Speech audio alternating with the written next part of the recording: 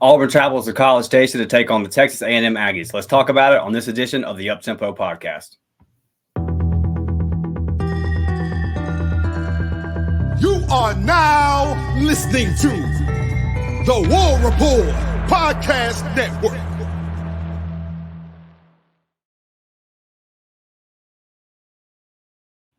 Let's go. What's up, Auburn family? What is up, Uptempo gang? I'm your host, Dustin Smith, joined as always by my guy, Blake Lane, on this Friday before Auburn travels to College Station to face the fighting Jimbo Fishers. And boy, they are fighting. We have a special guest that was going to come in here in a short second and talk about some Jimbo Fisher. But first off, Blake, how are you doing today, buddy? Oh, man, I'm back. Long week of work, but just ready to go out there to Kyle Field, man, and watch this Auburn team get a dub. I'm really excited about this matchup. Like, we've been talking all off season that this is the one, man. This is the big game on the schedule.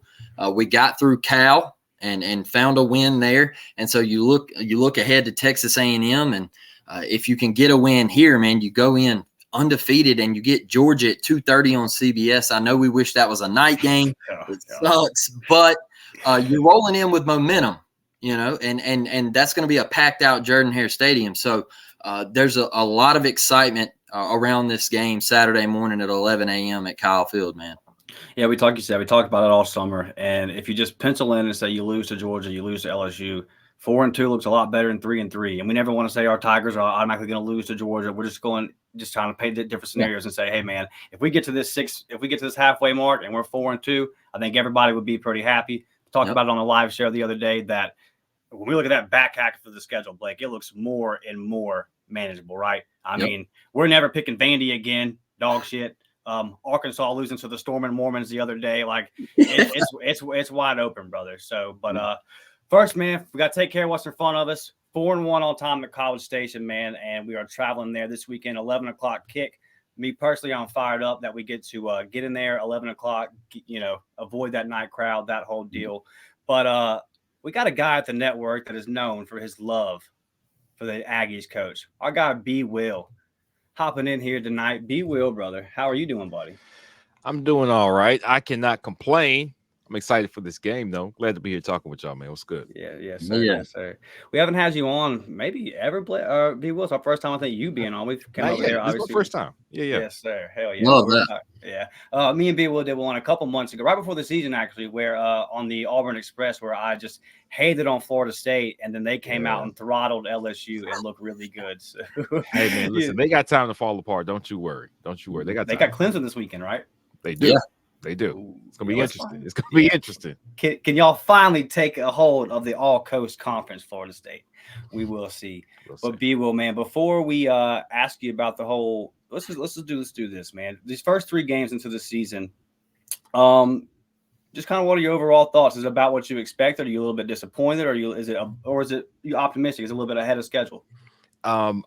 It's about what I expected. It's about what I expected for this staff and these players. I thought it was going to be looking like this a game ago. I thought we would have this rough Peyton Thorne's kind of putting it together. We completing some passes. He makes a couple of mistakes, but we end up blowing them out. I thought that was going to be what the Cal game was. And by Samford, we'd just be rolling and Peyton Thorne would be sitting down by halftime. Instead, we had the get it together game for Samford one game before we hit the road in SEC play. So now I'm worried that wasn't enough momentum. That wasn't enough good reps. I think we need more before we took the show on the road, especially with the injuries we got. But it is what it is, man. Football's rough for everybody. Rosters are turning over everywhere, not just here, and everybody's dealing with injuries. So we take the show on the road. Let's see what we got against A&M. Did the way we passed the ball Saturday, did it make you feel a bit more confident, or are you still looking at those 2 interceptions and saying, I just don't know, man, you're still turning the ball over? Both. I mean, I'm confident because he completed the passes. He still made some questionable decisions. And even if I do understand how that decision was made, you still turn the ball over. Yeah. All right. Don't turn the ball over like this. He knows that. Hugh Freeze knows that. We had a little bit of that with even TJ Finley at first. It was like, oh, he made 3 beautiful throws, but then why did he throw to that guy? Right. I don't want to see that. Like, if you know it well enough to make things hum for a few series, then that egregious mistake shouldn't happen. But at the same time, it really looks like he understood what to do and where to go with the ball after he settled down. How long is it going to take him to settle down in each game? Are we looking at a warm-up period here where everything's going to be shaky for 2 drives and then he settles in and starts playing under control? Or is that something that he can kind of work out of his system and this coaching staff can kind of get out of his system? Hey, settle down now. That's what practice is for. That's what warm-up is for. You ease on down, and now we can get to moving and really attack Texas A&M's defense, which could be very susceptible to the pass based on what we saw at Miami. We got some wide open holes, and I just hope that they're ready to take advantage of it and that he doesn't have to make some major mistakes before that happens. Yeah, I've found myself this week, B Wil, kind of living in the Auburn cocoon that I talk about. I'm so worried about Keontae being hurt and all our problems, right? That I've completely forgot that I sat down and watched 4 quarters of Miami kicking A&M's ass. Yeah. So we and Blake talk about this all the time. We get so focused on Auburn that it's like we think we're the only team that's hurt. We think we're the only team that has these holes, these problems, these depth issues. No, I saw where you had retweeted the article about Jimbo Fisher, right? Mm-hmm. And it just, I know Blake's got some questions about the game before we really get into that, but I wonder if it's already in motion, right? Like if it's already happening, if what we saw last year was what it was. So we're going to make our prediction here at the end of the game or at the end of the episode, excuse me. And I still don't know if I'm picking Auburn or not. Just so you know, I'm still going back and forth on this one. Blake, what you got for B Wil? B Wil, I just want to kind of when I look at these 2 teams, right, and I look at this great Auburn secondary, and I look at what A&M tries to do on offense. Through the first 3 weeks, man, they've been non-existent in the running game. They couldn't run the ball against Miami. They look really one-dimensional. And so, do you think what they try to do on offense plays into Auburn's hands with the secondary that Auburn has and the ability that Auburn has had to stop the run so far? I absolutely think we have an advantage because they haven't seen either they're not willing or not able to run the ball. I'm not sure which it is. When Miami gets on you the way that they get on you early, running the ball, it's not really, you don't have to take it out of the playbook, but you need to focus on the pass. You know, you got Bobby Petrino who likes to throw the ball. I don't know if it's a preference that they throw the ball right now. And then when you got these other 2 teams that really didn't stand a chance against A&M, there's no better way than to get your passing game in order than to throw it on those guys. So they could have been just trying to get reps in against those guys the way we were trying to get passing reps in against Sanford. I don't know if they can't run the ball yet. And that's what I don't know. I do think it is a blight on Jimothy T. Fisher's name that he took what had been like offensive line U at A&M. They were putting a tackle in the draft every year for like a few years, and then he gets there, and all of a sudden their line play gets worse and worse and worse, which is the true mark of a terrible coach. Are you making things worse than it was when you got here? You're the problem, buddy. So I have my doubts as to whether or not they can run the ball, but I still don't think our defensive line is elite. All right. Mm-hmm. That's what concerns me the most about this situation. I would love it if we had an elite defensive line that I knew could just stifle any activity in the run game by itself, and then linebackers were just the added bonus. The reason I'm a little concerned about this matchup so far is because we haven't been able to pressure with 4 because we don't have an elite defensive line. So the run, while it may not be great for them, just their commitment to running it in this game, and to be fair here, they haven't shown a lot of run, or at least the commitment to it. That could be a great left hook for them to hit us with, like, hey, all right, well, here's the run. You look like you could stop it against Cal, but hey, we might not be great, but we're better than Cal. All right, well, now we got some competition for you down here in the trenches. Can you account for this and the passing game? Because Wakeman can sling it.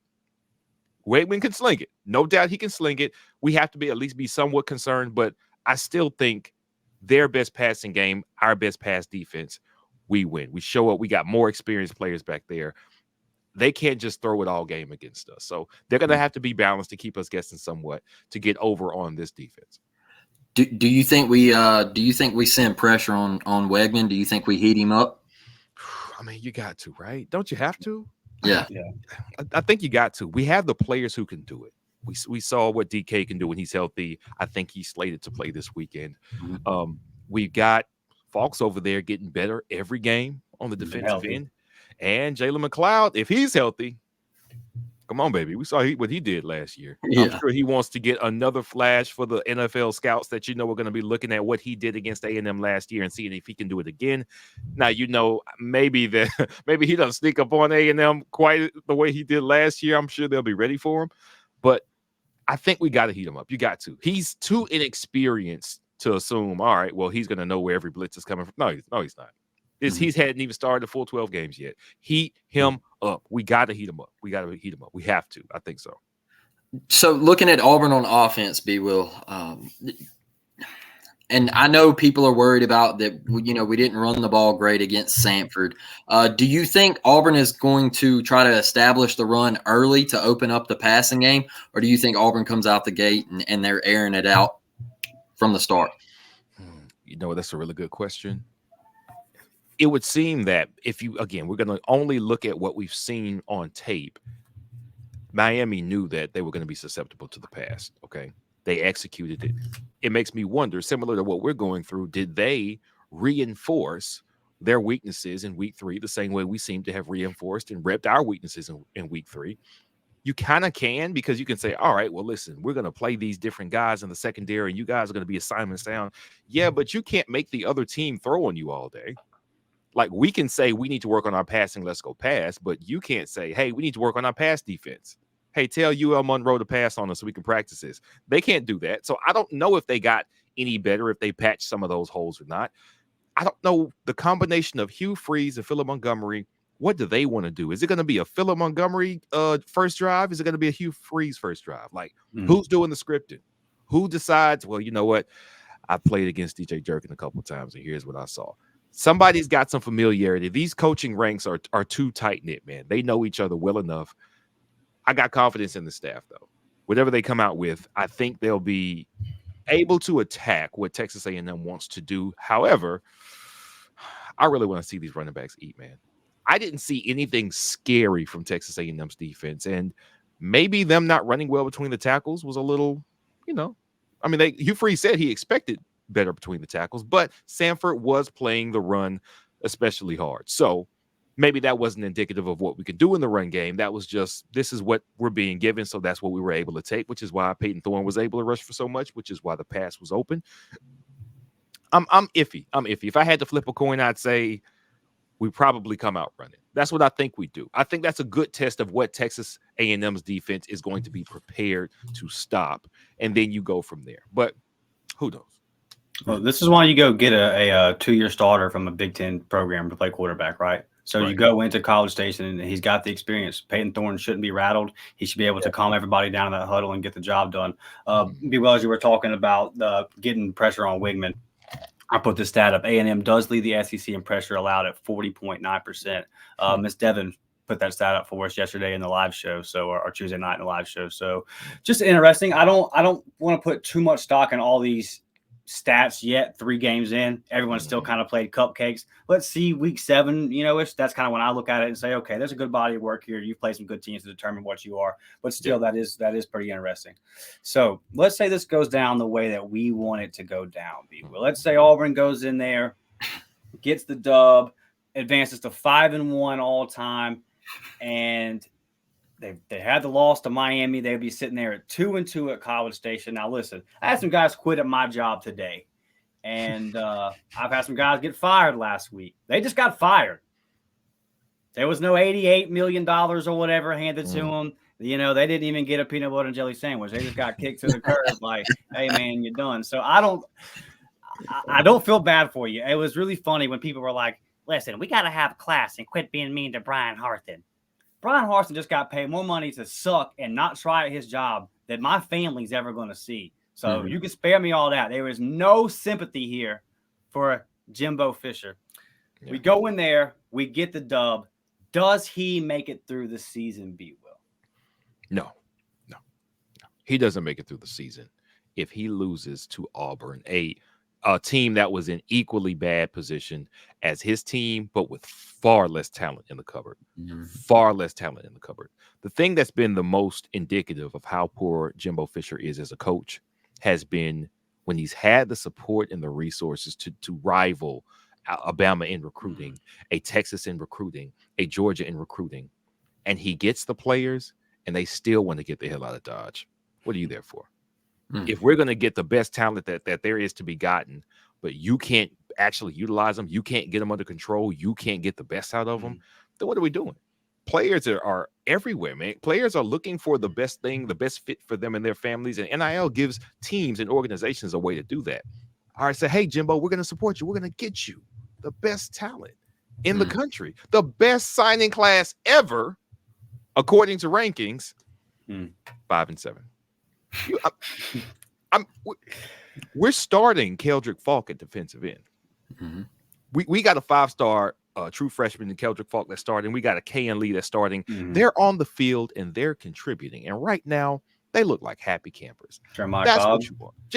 Jeremiah Cobb might be in 10 years. We might look back and say, man, Jeremiah Cobb was the best running back in that backfield. Talk to me. And we weren't worried about running back at all. What you see is our players here contributing, happy to be contributing, and some synergy among the old roster, new roster, and the coaching staff. Jimbo Fisher has been there, 5 years now? That's enough time to know your culture is set. Those players are all your players. Your system's in place. This isn't maybe we need to just grow up. No, it's all you now, big dog. It's all you. If you're going to have a season like last season and way underachieve, they should have got rid of him then. Okay, understand. You didn't want to rock the whole boat. I get it. If you're going to underachieve like that, next season needs to be hair on fire. You see what Cristobal did so far this season? Yeah. Cristobal, it was embarrassing. Miami was embarrassing last season. Bad. They got the big win, and that was a more impressive win than I thought it was going to be. And with the same QB, same QB that was terrible last season. The offense couldn't score more than 14 points a game, and they came out and lit up A&M, and they've handled everybody else on their schedule so far. That's the type of turnaround you want to see. Has Jimbo Fisher turned this team around? No, he can't. He's a bum. He can't turn the team around. The best he could do was just eke out a couple of wins on this schedule this year to keep his job and hope that all the talent and everything keeps going and gets a little better the next year. I don't think he can do that because he's useless. We're going to beat him. And if we can beat him, we know that everything's not cool here yet. We're not there yet. Auburn is not there yet. We are not prepared to take over the SEC. We've seen enough holes on the defensive line and enough a lack of continuity at wide receiver, and probably not a tip-top talent at quarterback yet. We haven't seen that in those places. You can't take over the SEC with those gaps on your roster. Jimbo Fisher doesn't have that excuse. If we can beat Texas A&M, then that means 4 other teams on their schedule can beat Texas A&M. If they go 2-2 in September, they're looking at a 6-win season max. You go 5 and 7 and then 6 and 6 with that type of money and those resources. It's a wrap for that guy. It's an absolute wrap. He does not make it to the end of the season if he loses to Auburn. Well, he won't make it to the end of the year. He'll make it to the end of the season. Maybe they'll let him finish it out. Maybe they'll let Petrino take over and fire him early. I don't know. He's done that before. Petrino's been a head coach, so it wouldn't be a terrible fit. Yeah, you just can't ride a motorcycle, but no motorcycle. No volleyball players, no motorcycles. B Wil. The big reason why I feel like if Auburn wins this game and he, I don't think he would make it through the season either.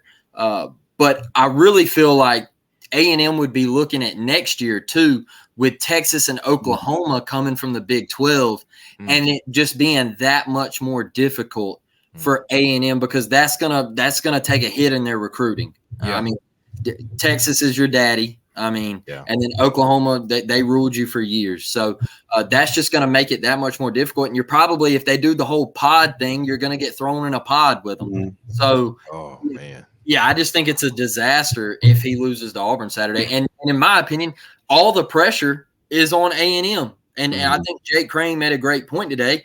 And he said, Yeah, look, even if Auburn loses this game, Auburn fans have to relax. You have to take a deep breath, and you got to say, hey, this is a marathon. It's not a sprint. Yeah. But if A&M drops this, man, like all the pressure, everything, I agree. I don't see him making it through the year. It's interesting point you made too about Texas coming over, Blake. As you said, I sat there and thinking. So that rivalry paused, right? So A&M comes over. Yep. They quit playing it. There's a lot of beef about the Longhorn Network and all that. And I'm going to be honest, if Bama popped up and was like, all right, Gump Network kicks off next week, and we're getting this big portion of money from the TV deals, I would have an issue too. So I do feel A&M on that one. But as that rivalry is getting set to resume, where's Texas headed? They look pretty. I mean, I know they struggled with Wyoming last week. I feel like that's kind of a hangover after the big program-defining win the week before in Tuscaloosa, right? I believe in what Stark's doing. I think he's recruiting his ass off. I think the talent's there. I believe in his schemes, his system. I think he's a good coach that made some personal mistakes before. We have a head coach. I know it's different situations, but looking for redemption, right? So it's something that we can relate to. I'm kind of pulling for Stark personally, and that's an interesting point you made, because if I was sitting back at A&M and I'm the administration, I'm saying, okay, our biggest rivalry is about to resume. They've tried to sell this whole LSU crap. LSU does not care about A&M. I know A&M cares about LSU. Trust me, I got some LSU people in my family. They're like, brother, they're behind Ole Miss. They're behind Arkansas. They're behind Florida. They're behind y'all. They're behind Bama. We don't care.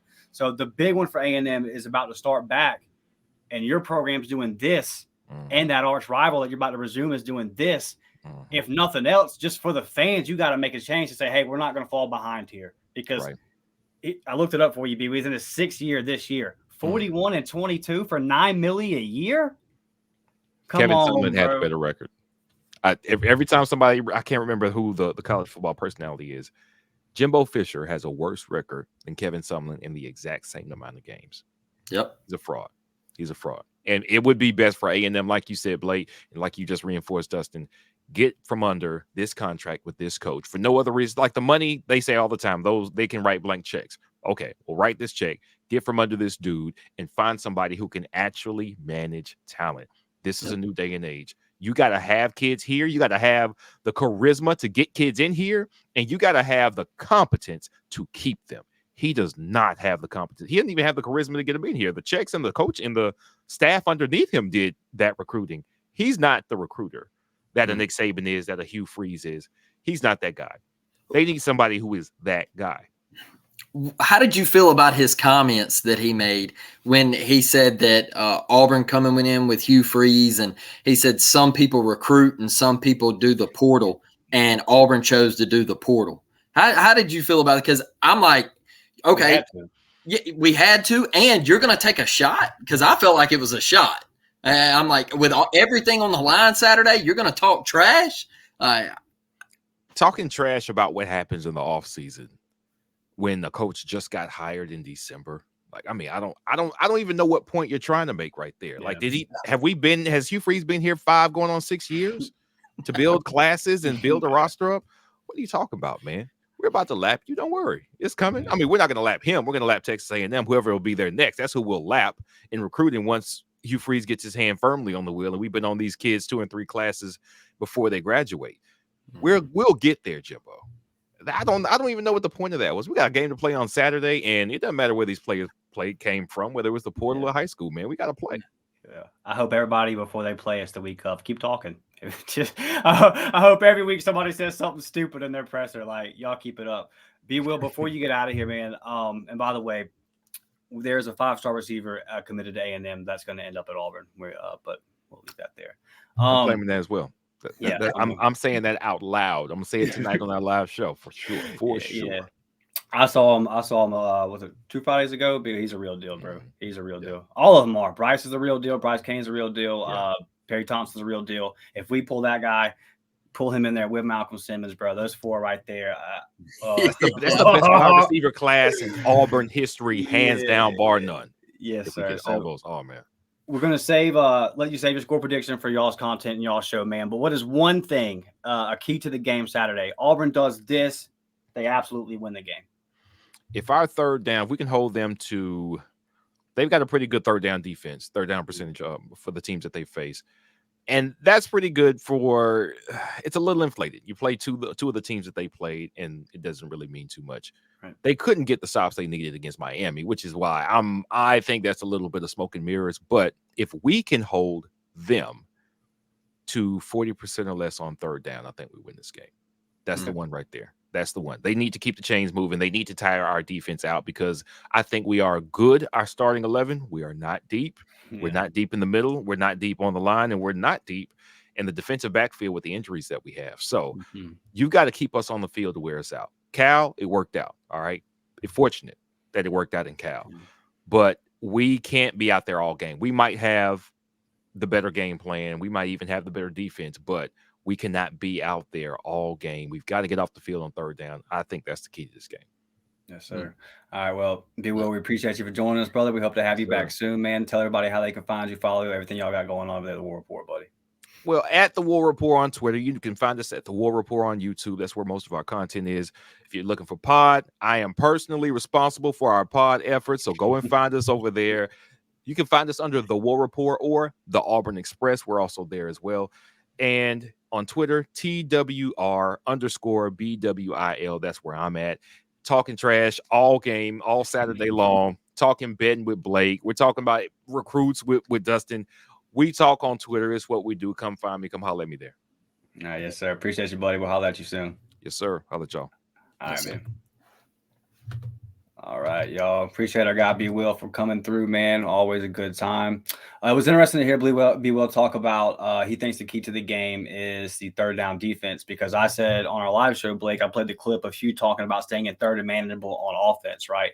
For me, I feel like on the road, we got to get it to 3rd and 3s, 3rd and 2s. I don't want Peyton Thorne sitting back in 3rd and 5, 3rd and 6, giving that A&M defense at home in College Station. Like I mentioned on the live show, it's wounded animal mode, right? They got their backs against the wall. They're fighting for everything. They know that if they start this season 2-2, they know the noise is going to ratchet up. They understand all of the stuff from the outside is going to start seeping in there into that locker room, which, I mean, apparently last year before one of the games, they were smoking weed in the locker room, so it might be a fun place. Might be a fun place to hang out now that I think about it. But yeah, bro. I do think that it's going to be about staying in third manageable, and then B Wil saying he thinks it's about the opposite side on defense, being able to get them off the field on third down. So everybody kind of in agreement that it's going to be a low-scoring game. I haven't seen anybody predict over 30, and everybody talks about the importance of third down and protecting the football. You know what it sounds like, Blake? It sounds like a damn SEC game to me. That's a fact. That is a fact. Hey, Dustin, one thing, you bring up staying in third and manageable, third and short, right? I feel like now that we have seen Peyton use his legs the way he did last weekend, you can get in those 3rd and 4s, all right? You can run things, and Peyton, nothing's open downfield. Peyton can take off and run. You've seen that he can get those short yardage type of situations, right? And he can even break them. We didn't realize that he had those kind of wheels. We knew he could run a little bit, but, man, he's got something back there, right? So I agree 100% with you that you keep it in 3rd and manageable, 3rd 5, 3rd and 4, 3rd and 3. You have the ability to run or pass, right? You can your RPO stuff stays alive and everything like that. Jarquez in between the tackles, Damari, all those type things. You can run your screen game. All of that, man, all of that is in play when you stay in 3rd and manageable, and you don't end up with a false start and you find yourself at 3rd and 11, 3rd and 10. You got to start early. Auburn's got to start early Saturday. I feel like that is the biggest thing to me. We cannot come out and be lackadaisical. All right. We cannot come out and have a Cal moment where Peyton fumbles it over on the sideline, and that should have been a touchdown for Cal. Oh, that can't happen. Those things, we have to play a clean game Saturday, especially right out the gate. I would love nothing more to see Auburn win the toss and take the football and come out and drive down the field on Texas A&M. Make a statement, man. Make a statement. Do it early and often. Smack them in the mouth. Now, I did tell you I was kind of worried if we do come out and it's slow starting. I go back to 2021, man, when we went out there. And you remember it was just it was very like the offense couldn't get going. Bo struggled, and it was just like we couldn't score. And then finally, it just all fell apart at the end, and that's I think that's what started the Auburn losing streak, if I'm not mistaken, in 2021. But we just couldn't get anything going offensively, and our defense finally wore out, and in the fourth quarter they started running the ball all over us and everything like that. And so I just hope we get things going early, man. Get Peyton some confident throws, short, quick throws, and get him feeling himself. So he's not coming out and pressing, because I know that's what everybody says. He right. presses early. So get him going early. Yeah. So let's do some keys to the game, offensively and defensively. Like I said, my key to the game is on offense is just positive plays on first and second down, stay out of third and long. What say you on offense? The one thing we got to do. I feel like you're going to have to run the football against this Texas A&M front. You're going to look. That's the last thing that you want to happen is Auburn not be able to run the football, and we end up being one-dimensional. I think that's a bad recipe. Our offensive line has to show up and play a damn football game. They got to play one for the ages this Saturday. You've had all this talk about how you've improved. Well, let's see you going up against what there is their meat and potatoes of their football team. All right. That is what they pride themselves on, is their defensive front. So you establish the run. Auburn comes out. You run the football. Jarquez, Damari, Jeremiah Cobb out in the screen game, whatever. And you get that going early. That is going to open up things in this very, very sketchy Texas A&M secondary. This thing is sketchy. All right. I've watched that Miami game. I watched it all the way till about 5 minutes left in the fourth quarter. And there is holes in that secondary. There is blown coverages. All right. The communication is not great back there. Okay. It's not good. All right. They give up big shots. Safeties give up big shots over the top. We're going to have a guy like Rivaldo or Jair go up and make a play down the field, man, and really loosen that thing up. But if you come out and you run the football early and you're moving them, even if, just 3-4 yards early, man, 3-4 yards a pop early, and you start moving Texas A&M, things will open up for Peyton, and I think that is what Auburn will have to do to lead them to victory. I hear you. Yes. And don't turn the ball over. And don't turn the ball. Yeah, you've had 7 turnovers in the last 2 games. You're not gonna turn the ball over 4 times again on the road and win. There's not really any more road games. Maybe Vandy, or you can get away with that. But other than that, man, there's nobody left on the schedule that you can do that. And when you talk about running the game, it kind of blends into a point you talked about earlier about what we saw from Peyton Thorne. I know you didn't get to join us on the live show. We had Jake Cran on twice before the season. We need to get him back on. And he mentioned that he thought one of the biggest things for Peyton Thorne was just showing the ability on the RPO.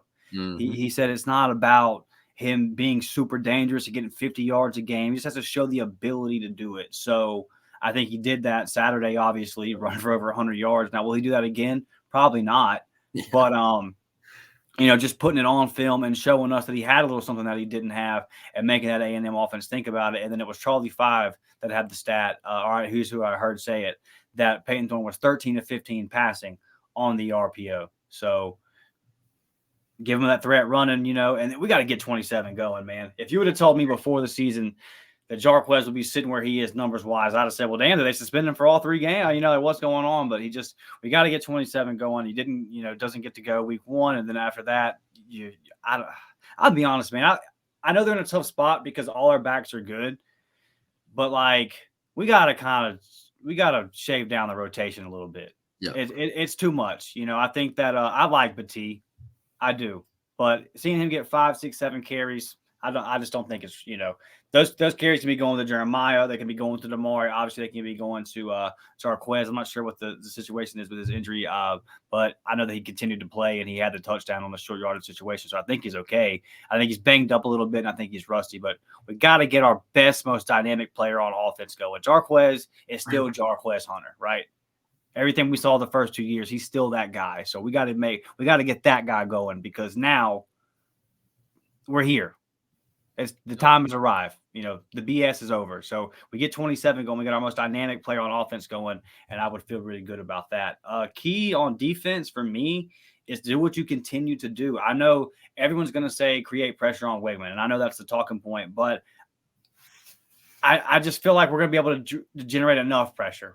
Like I don't think we're going to ever have a game in the SEC where we just light the quarterback up. We just don't have the bodies. That's why we said all offseason we're going to struggle rushing the passer. And right now we're sitting at 11th in the SEC rushing a passer. That's about where I kind of thought we would be. Losing Keontae definitely hurts, right? Because Ron Roberts was doing some cool things with him, and I kind of felt like this was the week where you're really going to see Ron Roberts open it up with Keontae, so that sucks. For me, man, it's really defensively do what you've been doing turnover-wise. Yeah. Yep. Keep creating them turnovers, bro. Just keep getting that ball. Keep wrecking havoc. Just keep doing what you're doing. Just keep playing fast, physical Auburn defense and getting that ball. If we could protect the ball on offense and then get 2, possibly 3 this week, if we get 3 and then we don't turn it over on offense, we're definitely coming out of here with a dub, right? Do what you've done. And you can't look at it and say, well, we haven't played anybody. Because if you go back to last year, we had 6-7 weeks where we didn't create a turnover. It didn't matter who we played. So, if you ever notice, a lot of times, right, it comes like there's just teams, they're just years. I go back to the year the Bears, 07, the Bears lost to the Colts in the Super Bowl. They just created like 30-something turnovers that year. Like they were a decent team, but they went to the Super Bowl with Rex freaking Grossman at quarterback. Yeah. They created so many turnovers. Like there are times when teams they just get the ball. If this Auburn defense is that thing that they've shown in the first 3 weeks, if they are the points per game at like 12.9 or whatever it is, that obviously won't stand at that level. But if this is what they are, getting the ball, creating turnovers, then we're definitely going to be in every single ball game. Yeah. So to me, defensively, it's just keep doing what you're doing. Get that damn ball back to the offense. I love it so far. You got to do it this Saturday at College Station. What about you? Yeah, I'm right there with you. And like you mentioned the Bears and everything. Look, I'll mention one. I know we don't like them, but let's go back to 2009 Alabama. All right. That team, yeah, they had weapons all over on that offense. But let's be honest, man, their defense was the key to that year. They created turnovers. All right, go back to the national championship game. They knocked Colt McCoy out of the game. They score right there on that play, I mean, that is how they won a lot of football games. I mean, yeah, they were good offensively, but you remember they come to Jordan-Hare Stadium, and it was a slugfest, all right? Like, they had to go on a last-minute drive, all right, hitting Roy Upchurch on the play action out in the flat. So they won a lot of games with creating turnovers, and I feel like if Auburn can get a couple turnovers, Jalen Simpson, you got J.D. Rim, he's back there now. DK, like you said, it seems like he is going to suit up and play. Eat, man. Eat. Go get some. And I'm calling out Keldrick, and I'm calling out Jalen McLeod. All right? Guys, we got to eat. We got to, like B Wil said, we got to figure a way to get pressure without blitzing, man. We got to get pressure with 4. All right, that's big. It's going to be big Saturday. It's going to be big. We got to find a way to generate a pass rush with 4. Because if you let Wegman sit back there, he will pick you apart. And this receiving core they have, they're good. They're good. Headlined by Anaya Smith, all right? And then I think you got Thomas and Stewart out there as well. And that kid, the Stewart kid, unbelievable. So but you got to find a way to get pressure, man. Got to find a way to get pressure. And I feel like if you put a hand in Wegman's face, he will throw that pick. He will make that costly mistake. So I'm right there with you, Dustin. Yeah. If you would have told me back in 2019 that we would be sitting here today with this lack of pass rushers on the roster, I would have told you were crazy. That's just not Auburn. That's not what we do. And yet here we sit, we're needing an 18-year-old and a transfer from App State to step up and just generate some kind of pass rush. It's tough, man. It's tough. You got to win in the living rooms. You cannot just ignore the line of scrimmage for multiple years on end. You end up in this position where we're looking at this game saying, how are we going to generate pass? I mean, like when you say generate pass rush for 4, I'm going to be honest with you. And I said this before the season, right? I don't see us doing it. I never saw us doing it. Yep. I don't think we have the personnel to do it this year. So you're going to have to go get that ball. Guys, listen, help us out. Go over to Home Field Apparel. Use the UpTempo code. That's all caps code UpTempo to get 15% off your first purchase. They have everything that you want over there, man. They got the 2010 National Championship shirt. If you're into the basketball, they got the 1997, 1999 SEC Championship shirts. They got the Betty Blue Bo Jackson baseball throwback. They got everything going on over there at Home Field. If you've already got all the Auburn Home Field stuff, Christmas is a couple months away, man. Go over there. I know that you got people in your family that like other teams. Suck up, buy them the gear, and use the code UpTempo when you got your Christmas knocked out the way. If you yourself want to get a nice little Christmas present for yourself, go over to the warreportshop.com and go on there and get the Level Up t-shirt, man. They're $25. It helps us out a lot. Like I've told you guys before, we take this money, we pump it back into the podcast. We have big plans, but those big plans cost money, Blake. When you get into this game, you think you just turn on a computer. Yeah. There's a whole lot going on, man. There's a whole lot of stuff going on behind the scenes. So, man, if you guys want to, I'll reach up here real quick and grab the t-shirt. Go over there to warreport.com/shop and grab you one of these UpTempo Level Up t-shirts. I think they look damn good. Blake, talk to the people real quick about the memberships.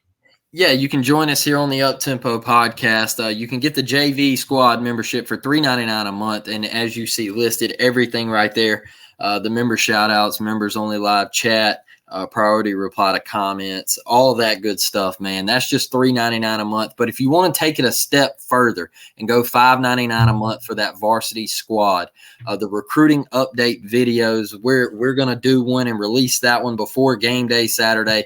Me and Dustin will be hard at it talking about Perry Thompson and Bryce Kane and all of the recruits that Auburn is after in this upcoming class. And then the game day group chat, I'm finally starting to see people get at me with this and DM me.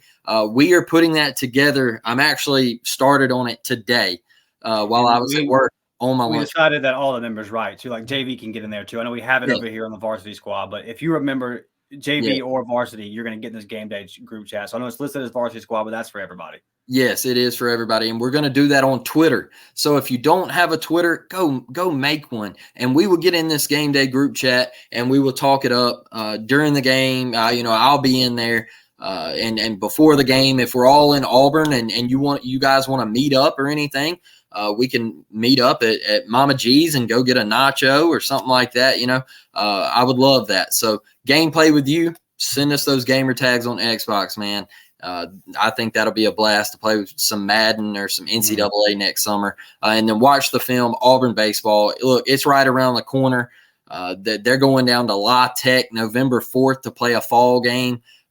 That's going to be a blast. This Auburn baseball team loaded with talent this coming up year. And look, if you're football only, stick with us during basketball and baseball. Mm-hmm. All right, stick with us because we're going to introduce you into the lives of these baseball players, and you're going to get to see things. You're going to get to know these guys. So when you do go to Plainsman Park, if you go to catch a game, you're going to know the Zach Crotchfeldts and the Cooper McMurrays and the Chris Stanfields and things like that, man. So it's going to be really neat, Dustin. Yes, sir. So on the game day group chats, me and Blake been looking into it. You have to pay for Twitter, right, to start a group. So we're just going through the whole process. It's the same thing with the gifts. I know we tell you guys, but it's y'all. Y'all did it. The subs went so fast. The demand for content went a lot quicker than me and Blake were really ready for, to be honest. So we're getting things approved through YouTube. These things take time, man. We send something off. We don't get word back for, 10, 14 days, that kind of deal. Again, there's a lot of stuff going in there. So we appreciate you guys' patience when it comes to all that. Blake, it is time to make our picks. SEC games this weekend. Last weekend, we didn't do so good, brother. We went 7-4. Kansas State. What are you doing? Vanderbilt. I knew it. I freaking knew it. I knew not to pick sorry ass Commodores, dude. I knew that the running Revs, and there I stood and I picked them. I'm never picking you again, Vandy. I don't care if you're playing Pace High School. I don't really care, bro. But yeah, so we went 7-4 last week. Blake maintains the 1-game lead at 32-6. I am 31-7. All right. UK at Vandy. Like I said, I am picking the Wildcats. Here's my reasoning for this, because Vandy.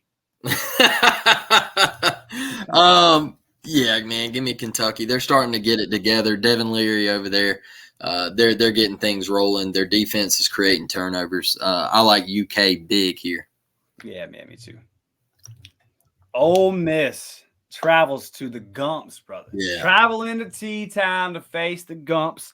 Mm-hmm. I'm going with broken, ugly Ole Miss. And I'm going to tell you why, because I said it on the live show in reference to A&M. I put too much stock into recruiting.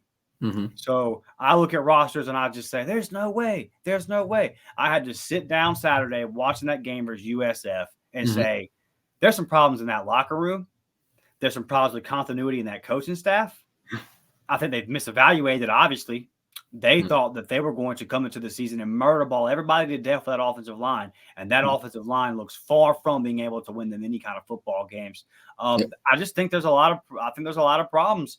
And as crazy as this sounds to say, and I never thought that I would be saying it, man, there's holes. There's a lot of holes there. And the kingdom is not so safe, bro. Like a lot of the nights, I think there's some infighting. I don't know if everybody at the round table has got all the same goals, dude. I don't know anymore.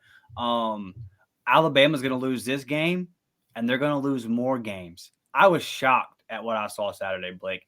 Absolutely shocked at the lack of effort, the lack of intensity, the lack of want.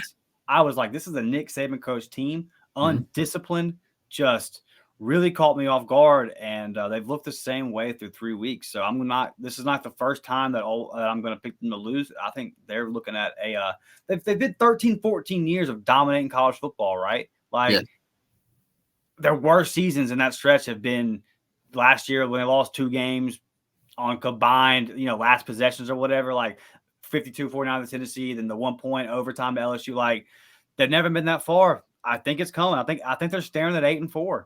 I do. And I think that I think Ole Miss is going to get them, man. I'll start here with their performance last Saturday. And I took them to cover the -32, okay, because I looked at them coming off the loss, and I said, what usually happens when Alabama comes off a loss? It's murder ball the next week, right? They usually go dominate an opponent and beat them to a pulp. And I was looking at USF, and I was like, man, there's no way they don't beat USF by 40. So I took the spread. I took Alabama to cover, and they killed my parlay, and they said that they had a team meeting, a players-only meeting. And they said that they were all on page now. I'm sorry. I just don't feel like a players-only meeting can get you on track on both sides of the football, right? Like it's a talent thing right now. Like they've got guys that are young in key spots that just aren't producing. And one thing I'll tell you that I've never seen is Caleb Downs coming up and meeting Buddy in the hole, and he got absolutely annihilated. I haven't seen that out of a Nick Saban team. Like there just looked like there was no life or passion. Guys not helping teammates up off the ground. Like there was just nothing there.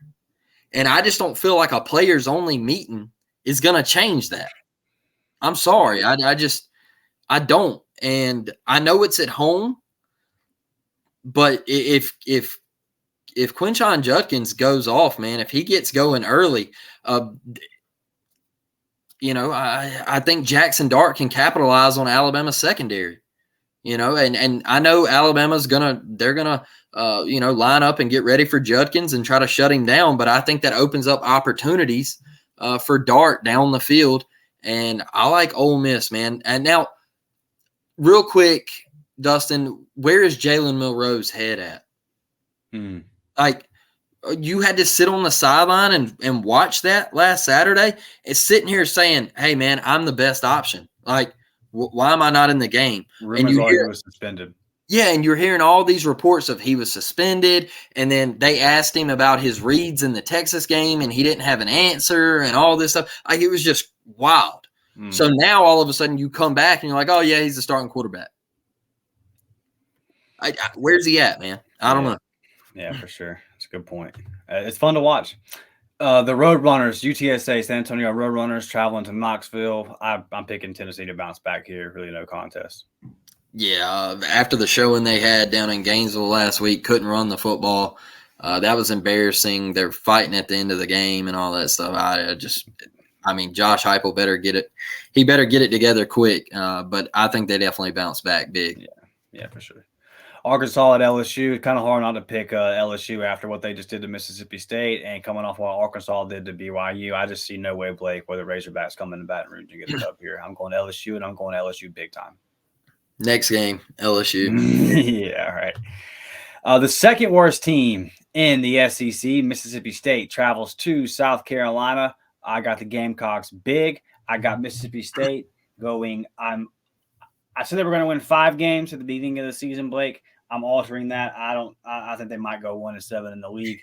I think Mississippi State is going to get their doors blown off by Spencer Rattler and the Gamecocks here. I agree, 100%. Yeah, I'm with you. Me and you went back and forth on this game, and here's why. Here's my reasoning why. I'm gonna pick Mizzou because you just beat Kansas State, and I want to believe that you're doing some things and turning it around. This game is in St. Louis, but from what I know of Missouri, coming off of a big win versus a rival in Kansas State, a top 15 team last week, it would be the most Mizzou thing in the world to come out here and poop the bed. But I'm gonna believe in the Tigers on this one. I'm going to go Mizzou, but I think it's going to be a very close battle. Is the quarterback? I don't know if he's playing. I know Drinkwitz said that he might not play and everything, but if he doesn't play, man, that's big time for Memphis. But yeah, I think Missouri. I just think they got too many talented guys on the outside. Like Luther Burden is an absolute stud. Like, why are you playing at Missouri, dog? Yeah, Blake, I still haven't decided, so I'm passing it to you first. Auburn travels to College Station, 11 a.m. Saturday, ESPN. Y'all already know all of that. Blake, your score prediction, brother. What is going to happen? Man, I've been going back and forth, y'all, and I'm sorry, but we're getting a damn dub. All right, we're going in. Peyton Thorne is going to have a game. Robbie Ashford will make a play. I said it a couple of weeks ago. Robbie will make a play. All right, at some point in this game, he will make a play. Alex McPherson is going to be money. All right. Not going to be shocked by the big time atmosphere. We get them at 11 a.m. Perfect time to pull the upset. Not many people are predicting us to win. A lot of people are predicting us not even to cover the 7.5 point spread. But I got us winning outright. I like us 27-21. Defense makes a big time stop late in the game to win this football game, and Auburn goes to 4-0, heading back home to Jordan-Hare Stadium to take on them ugly damn dogs. All right, 27-21. Blake goes with Auburn. All right, Peyton Thorne, nice little NIL package you got. All them offensive linemen that we brought in, you got nice little NIL packages. It's time. We brought in a 2-year starter from a Big Ten Power 5 program for a reason. You shouldn't be intimidated by this atmosphere. I know that it's 100,000 people. That looks big, but I think there's a reason why Auburn's 4-1 all time at A&M, because I just don't think it's that intimidating, really. They got a lot of people there, but it seems like people can go in there and win with, I don't want to say with ease, but I mean, it's just not one of them places, man. When you mention the toughest places to play in the SEC, no one says, "Oh, College Station." It's just, it doesn't come up. So,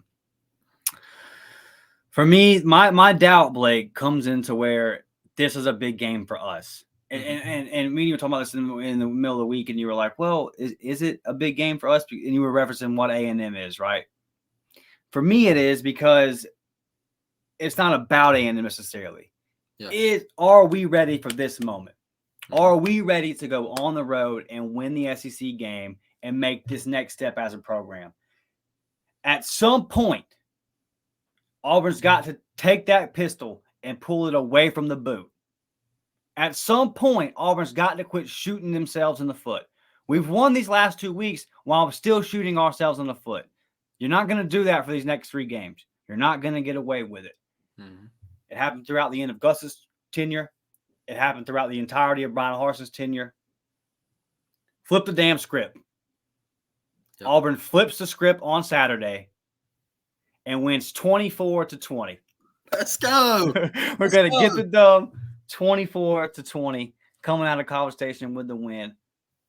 4-0, setting up the Gary Danielson Bowl at 2:30 next week versus Georgia. I mean, it's a CBS. This is the last year, right? Yeah, this is it. Thank God, dude. It would be so nice to play Georgia or Alabama at night at home. I mean, what is that like? What is that like? It's been since 2007. The Brad Lester run was the home game versus Bama at night, and I can't even think of the last home game versus Georgia at night. I really can't. So CBS, for the love of God, like, please, like, let us have some fun. But yeah, we're going into College Station, Blake. We're getting the dub 4-0, brother. You got any final thoughts before we get out of here, man? Yeah, one thing I want to say is last Saturday night, I stayed up, really late watching the Colorado State game. And I just want to say this. There was a hit on Travis Hunter, and yes, it was late. Was it dirty? It looked like it. All right. But the guy was trying to make a play. It happened. And he got penalized for it. I personally thought he should have been ejected. If you can get ejected for targeting, you should be ejected for that. The Travis Hunter ended up having a lacerated liver, I believe, or something like that, or something. I can't really remember what it was, but he ended up getting death threats, the kid at Colorado State. And I just want to say, like, look, I know it happened, and was it right? No. He made a mistake. It was a rivalry game. It happened. We all hope Travis Hunter is okay. He seems to be in good spirits. He has forgiven the kid. But as far as making a death threat, man, that is insane to a college kid over a football game. All right. Look, I'll be the first to say I love college football. All right. I love it. It's my passion. I can't wait, man. The 7-8 months that we have to sit away from the game, it kills me. And I know Dustin feels the same way. But to send a death threat to a kid and his family members, like, we need to grow up a little bit. And look, I've mentioned that I'm not the biggest Deion Sanders guy, but what Deion Sanders did have to say at the podium about the kid, that made me feel a lot better about the entire situation. He said, hey, that dude is trying to make it in everyday life. He's a football player. He was trying to make a play. Unfortunately, it went the other way. It is what it is. He said, I've forgiven him. Travis Hunter's forgiven him. The Colorado fan base is going to forgive him. But let's grow up a little bit. Nobody deserves that. We all know somebody that is going through something. All right. And let's just be better people, man. Let's be nice. Let's all strive to be better each and every day, man. The kid, he made a mistake. He was playing football, and let's just all grow up when it comes to that. I don't ever want to see that, bro. Like, it just, when I saw that he was getting death threats, I was like, that's just bottom line, man. Like, I don't like any of that. Yeah, and it was good that Deion and Shador and Travis and everybody kind of came out and had his back, because, listen to the people that are playing the game, man. Sometimes, like, testosterone is real, and it gets flowing, and there was a lot of talking before the game and all this kind of stuff, and things happen. I can assure you, he didn't want Travis Hunter to get hurt. That was one of his intentions. Football is physical, man. You got to get jacked up to play it. You got to be juiced. There's a certain mindset that you got to be in to play it. And even other sports, man. I mean, if you're playing basketball, there's times when you just foul a guy hard. It wasn't necessarily your intentions to hurt him. He's going through the hole, and you're like, hey, I'm gonna foul this dude. And it just kind of goes that way. I mean, I know you played college baseball. Sometimes you come in with your spikes up, right? Like, it just, sometimes, man, it's an intense game. These things happen, and you kind of sit back from it afterwards, and you say, I kind of let it get away from me a little bit. We've all been there. Anybody that's ever competed has been there. So, and in that kind of situation, game day there, the lights on, the rivalry, the whole thing. As a young kid, man, you made a mistake. I think you make a good point. All right, guys, we will be on the post-game War Report post-game show. Y'all know to check that out over there on the War Report guys channel as soon as the A&M game ends. I haven't been on there yet any of this season because, man, these games been ending at crazy times, bro. Like, even last week's, man, like 9:30, it's your boy starts getting tired. I start waning, man, and damn sure I'm not gonna make the 1 a.m. post-game show the week before. So we'll be over there, and then y'all know 3 o'clock. Right after the boys do the weekend tailgate show, 3 o'clock over here on the Up Tempo channel, we will have our full reaction to the A&M dub that Auburn's about to go get, man. Let's go get this W, y'all. 4-0, War Damn Eagle, 3 p.m. Central Time Sunday. We will see y'all all back here. Like and subscribe if you hadn't. Tell somebody that you love them. We'll see y'all guys then. We're out of here. War damn, baby. Yes, sir.